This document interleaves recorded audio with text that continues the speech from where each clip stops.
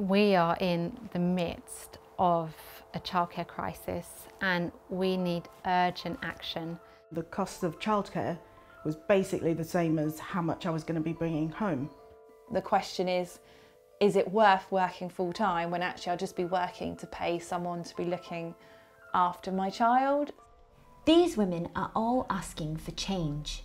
Kerry and Sarah have both had to make career adjustments as a result of London's childcare costs. For 3 days a week costs just under £700, which is, if he was going full time, it would be just as much as we pay for our mortgage basically. So me and my husband agreed that it was going to cost too much to put my son in childcare full time. So that's when I came across, running my own franchise, because it can be flexible and I can limit my son's time in childcare.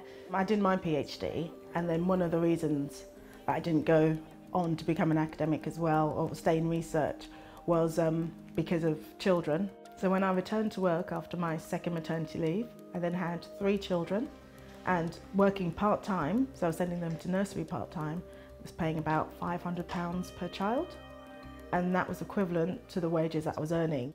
Childcare costs in inner London are 30% higher than the national average and 50% higher than the lowest cost regions.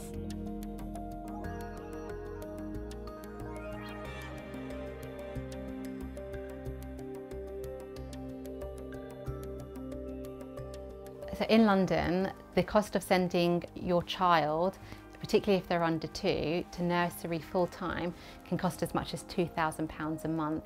Andrew is working to close that gap and help other mothers back into their careers after having children. She has seen the situation get worse because of the pandemic. Post the pandemic, more women were let go from their jobs or decided to leave their jobs because of the additional pressures of this unpaid childcare. A petition asking for a review into childcare costs has received more than 100,000 signatures and will be debated in Parliament. In a statement, the Department for Education said, "We've made an unprecedented investment in childcare over the past decade. Children aged 3 and 4 can access 15 hours of free childcare a week, and we have introduced tax-free childcare, and through universal credit, parents can claim back up to 85% of their childcare costs." This is a pivotal time and a great opportunity for the government to review and have a thorough insight into the childcare support system that's in place.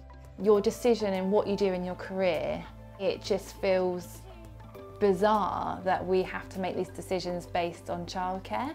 I'm happy that I've had my children. I just don't think it should be at a cost for my career as well. Jem O'Reilly, BBC London.